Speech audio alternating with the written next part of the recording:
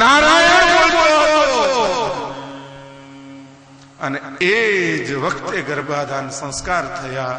કયાદુના ગર્ભની અંદર ભક્ત પ્રહલાદ આવ્યા છે. બીજા દિવસનો પ્રાતઃકાલ નીકળ્યા છે હિરણ્યકશિપુ તપ કરવા માટે. તપમાં કોઈ ખલેલ નથી. કયાદુને ઇન્દ્ર ઉપાડી ગયો કે આ હિરણ્યકશિપુનો દીકરો. ત્યારે નારદજીએ કયાદુને છોડાવ્યા કે આજ તમારો સંરક્ષક છે. કયાદુએ નારદજીને એક જ વાત કરી કે નાથ, એવી કૃપા કરો કે એના પિતા, બાળક જે મારા ગર્ભમાં છે ને, એના પિતા પાછા ન આવે ત્યાં સુધી આ બાળક જન્મ ન લે. ગર્ભને ત્યાં રોકી રાખો. ગર્ભને રોક્યો અને નારદજીએ એક જ આશ્રમની અંદર પોતાના આશ્રમમાં કયાદુને લઈ આવ્યા છે. અને 100 વર્ષ સુધી આ બાજુ હિરણ્યકશિપુ બ્રહ્મણે નમઃનું તપ કરે છે અને આ બાજુ કયાદુના ગર્ભની અંદર નારદજી નારાયણના સંસ્કાર સિંચન કરે છે. હિરણ્યકશિપુએ તપ પૂર્ણ કર્યું. બ્રહ્માજી પ્રસન્ન થયા. કહે કે બોલ દીકરા, શું જોઈએ છે? તો કે અમરત્વનું વરદાન આપો. બ્રહ્માજી એમ કહે કે હું અમર નથી, તને કેમ અમર બનાવું? તો કહે ઠીક છે, મારી પાસે બીજું લિસ્ટ છે. હું અંદર ના મરું, હું બહાર ના મરું, હું ઉપર ના મરું, હું નીચે ના મરું, હું રાત્રે ના મરું, હું દિવસે ના મરું, હું અસ્ત્રથી ના મરું, હું શસ્ત્રથી ના મરું, હું પશુથી ના મરું, હું માનવથી ના મરું. બ્રહ્માજીએ બધી વાતોને તથાસ્તુ કહી દીધી. હિરણ્યકશિપુ હવે મહાભયંકર બનીને આવ્યો છે. એલાન કરી દીધું રાજસભાની અંદર કે આજથી આ દુનિયાનો ભગવાન નારાયણ કોઈ છે જ નહીં. હિરણ્યકશિપુ આ દુનિયાનો ભગવાન છે. અને એ જ સમયે કયાદુના ગર્ભથી બાળકનો જન્મ થયો. પ્રહલાદજી ધીરે ધીરે ધીરે ધીરે ધીરે મોટા થવા લાગ્યા. લગભગ 5 વર્ષના પ્રહલાદજી થયા હશે. ખૂબ લાડકા છે. હા, હિરણ્યકશિપુના ખૂબ લાડકો દીકરો. પ્રહલાદજી 5 વર્ષના જ્યારે થયા ત્યારે પ્રહલાદજીને ગુરુને ત્યાં ભણવા મોકલ્યા, સંડ અને અમર્કની પાસે. સંડ અમર્કની પાસે જ્યારે ભણવા માટે ગયા છે, 6 મહિના ભણ્યા. ભણીને પાછા આવ્યા. આપણો દીકરો સ્કૂલે જઈને આવે પછી આપણે ખોડામાં બેસાડીએ ને, બેટા આજે શું ભણ્યો? બેસાડો છો? બાજુમાં બેસાડો, ભલે ખોડામાં શરમ આવતી હોય તો. ત્યારે પ્રહલાદજીને પણ હિરણ્યકશિપુ પૂછે છે કે બેટા ગુરુજીએ શું શીખવાડ્યું? ત્યારે પ્રહલાદજી એમ કહે કે પિતાજી ગુરુજી શું શીખવાડે હું વાત કરું તમને. કૌમારમ આચરેત પ્રાગનો ધર્માન ભાગવતાનિહ દુર્લભમ માનસમ જન્મ તદપ્ય ધ્રુવમર્થવમર્થદમ. પિતાજી, આ દેહનો કોઈ ભરોસો નથી. કુમાર અવસ્થાની અંદર જ ભગવાનના ભક્ત બનાય ને ભગવાન છે નારાયણ. નારાયણ બોલ્યો, ફેંકી દીધો. ક્યાં છે તારા ગુરુ? સંડ અમર્કને બોલાવ્યા. ધ્રુજવા લાગ્યા. મહારાજ, અમને ખબર નથી ક્યાંથી આ શીખીને આવ્યો છે. જાઓ એને પાછું ભણાવો. 6 મહિના થયા. પાછો બોલાવ્યો. પાછું પૂછ્યું, બેટા હવે શું ભણ્યો? શ્રવણમ કીર્તનમ વિષ્ણોઃ સ્મરણમ પાદ સેવનમ. શ્રવણ કીર્તન આદિ 9 ભક્તિ એ જ ભગવાનની ભક્તિ છે. પાછો ફેંક્યો. હવે તો કડક નિગ્રાહણીની વચ્ચે આને કોણ આવું શીખવાડે છે બધા? અને હિરણ્યકશિપુના કહેવાથી સંડ અમર્ક લઈને આવ્યા છે. સંડ અમર્ક જ્યારે હોય ત્યારે જેમ શીખવાડે ને એમ શીખે. પણ રાજાનો દીકરો છે. જ્યારે સંડ અમર્ક બહાર જાય ત્યારે મોનિટર કોણ? તો કે પ્રહલાદ. જેવા સંડ અમર્ક બહાર જાય બધા છોકરાઓને ભેગા કરે અને પછી બધાને કહે કે મારી સાથે બધાએ બોલો, પ્રહલાદ ભણે રાધે કૃષ્ણ ગોવિંદા. પ્રહલાદ ભણે રાધે કૃષ્ણ ગોવિંદા. પ્રહલાદ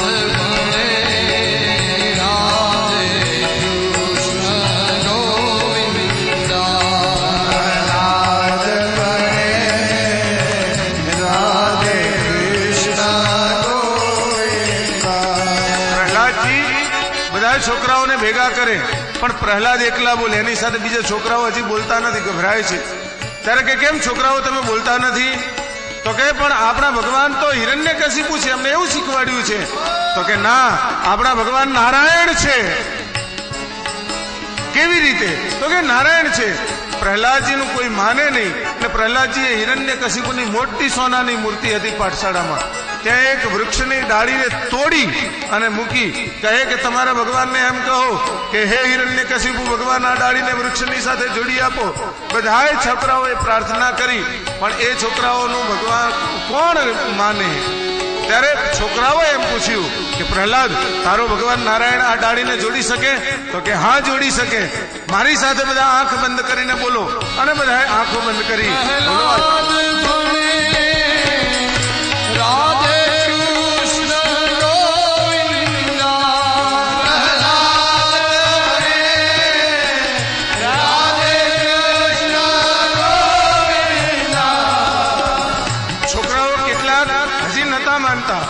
આંખો ખોલીને જુએ કે શું થાય છે.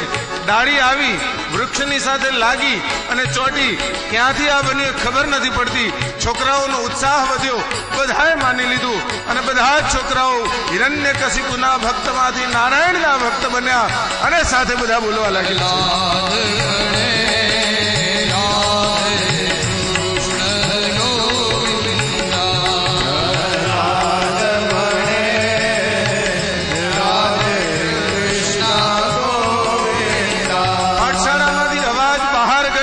અને બહાર જે છોકરાઓના વડીલો હતા એ બધાએ જોયું કે ઓહો, અમારા છોકરા નારાયણનું નામ લે છે, હમણાં હિરણ્યકશિપુને ખબર પડશે અને એને મારશે. આવી અને બધા વડીલો છોકરાઓને રોકવા જાય, પણ જેણે જેણે છોકરાઓને સ્પર્શ કરી અને બંધ કરવાનું કહ્યું એ બધા આ સભામાં જોડાયા.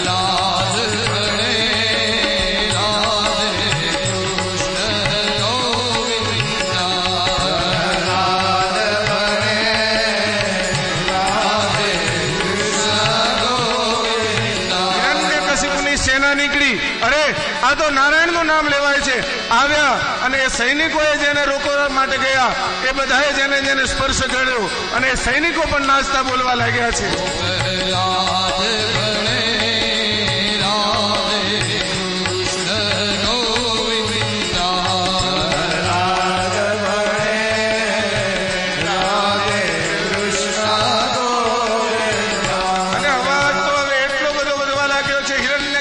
મહેલમાં પહોંચ્યો.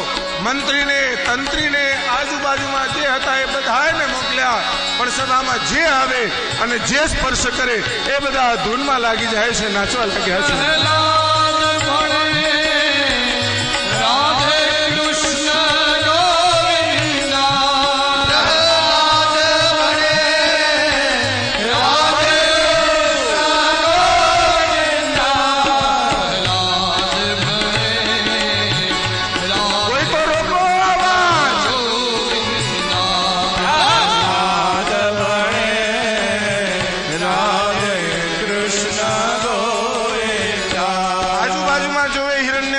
કોઈ દેખાતું નથી. કોને કે લાવ હું જાઉં? હાથમાં લીધું ખડગ અને દોડતો આવ્યો. બધા બોલી રહ્યા છે, એ વખતે ધૂન જામેલી છે અને એ ધૂનની અંદર સૌ કોઈ નાચી રહ્યા છે અને ગાઈ રહ્યા છે.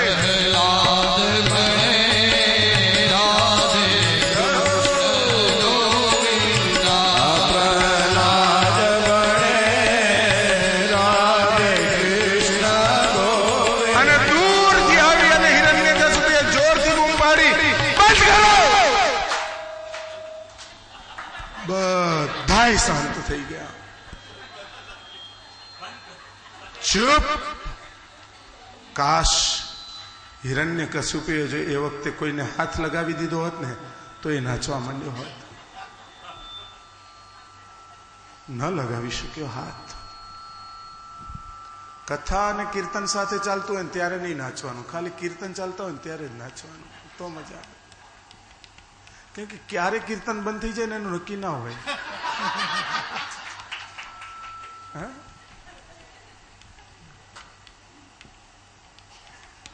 હિરણ્યકશિપુ લાલ ચોળ થયેલો છે. બધાએ એમ કહે કે અમને પ્રહલાદે શીખવાડ્યું. પ્રહલાદનો હાથ પકડ્યો, ખેંચ્યો. મારો દ્રોહ કરે છે, પર્વત ઉપર લઈ જઈને ઉપરથી ફેંક્યો. ભગવાને હાથ ધરીને એની રક્ષા કરી. હોલિકાની સાથે બાળવા માટેનો પ્રયત્ન કર્યો. હોલિકાની ચુંદડી પ્રહલાદને લેપાવી અને હોલિકાને બાળી નાખી. વીંછીઓના દરની સાથે પ્રહલાદને પૂરવામાં આપ્યો. ભગવાને વીંછીઓના ફૂલડા બનાવ્યા છે. હાથીના પગની નીચે પ્રહલાદને કૂચડવાનો પ્રયત્ન કર્યો છે. હાથીઓએ સલામી આપી છે. કેમ એ કરીને આ બાળક મરતો નથી. હિરણ્યકશિપુએ આખા નગરની મધ્યની અંદર એક મોટો થાંભલો તપાવ્યો. પ્રહલાદને બોલાવ્યો. નગરજનોને આજુબાજુમાં ઉભા રાખ્યા. બોલ પ્રહલાદ, ક્યાં છે તારો ભગવાન? પિતાજી, ક્યાં નથી મારો ભગવાન? છે અહીંયા તારો ભગવાન? હા પિતાજી. હાથમાં એક ગદા લીધી. ગદા લઈ અને થાંભલાની પાસે આવી. લાલ ચોળ ધગધગતો એ થાંભલો અને થાંભલાની ઉપર પ્રહાર કરતા પૂછે, બોલ છે પ્રહલાદ આમાં તારો ભગવાન ખરો? હા પિતાજી. ફરીથી ગદાનો પ્રહાર. ધડામ. હા પિતાજી. ત્રીજી વખત ગદાનો પ્રહાર. બોલ છે આમાં તારો ભગવાન? ધડામ. હા પિતાજી. જો તને આ થાંભલામાં તારો ભગવાન દેખાતો હોય, જા પ્રહલાદ, બાથ બીડે ને. હું જોઉં છું તારો ભગવાન તને કેમ બચાવે છે. પ્રહલાદજી ધીરે ધીરે ધીરે ધીરે ડગલે આગળ ચાલવા લાગ્યા છે. થાંભલાની સામે જુએ છે. એક ક્ષણ માટે ગભરાયા. કીડીઓની કતારને જતા જોઈ પ્રહલાદ સમજ્યા છે કે કીડીઓને બચાવવા વાળો મારો ના તો મને નહીં બચાવે. અને પ્રહલાદજી જ્યાં થાંભલાને આમ બાથ ભીડવા જાય એના પહેલા તો થાંભલો ગડગડ ગડગડ ગડગડ ગડગડ કરતા ફાટ્યો. અને ફાટવાની સાથે જે થાંભલાની અંદર વિશાળ ભયંકર સ્વરૂપ, મુખ જેનું સિંહ જેવું છે, ધડ જેનું માનવ જેવું છે. આરાજ પ્રહલાદને સાઈડ કરી હિરણ્યકશિપુની પાસે. હિરણ્યકશિપુ ગદાનો પ્રહાર કરવા જાય. ગદા છીનવી લીધી, લપડાક મારી અને હિરણ્યકશિપુના પાવડા પકડી લીધા. ખેંચતા ભગવાન લઈને આવ્યા છે. દરવાજાના મધ્ય ભાગની અંદર પોતાના સાતડ ઉપર બેસાડી સુવડાવ્યો. હિરણ્યકશિપુ ગભરાતા કે તો તમે મને નહીં મારી શકો. કેમ નહીં મારી શકો? મને બ્રહ્માજીનું વરદાન છે. બોલ તારું વરદાન. હું અંદર નહીં, હું બહાર. બોલ ક્યાં છે? દ્વારના મધ્યમાં. હું અસ્ત્ર, હું શસ્ત્ર. અરે તું હું મારા નખ શસ્ત્રથી મારીશ. હું નર માનવ. બોલ હું કોણ છું? નર માનવ. અને ભગવાને એક એક વરદાનને ઝૂંટલાવતા પોતાના દિવ્ય શરીરથી કડાકા કરતા એક સાથે ભયાનક સ્વરૂપની સાથે હિરણ્યકશિપુના શરીરની અંદર છીની નાખી.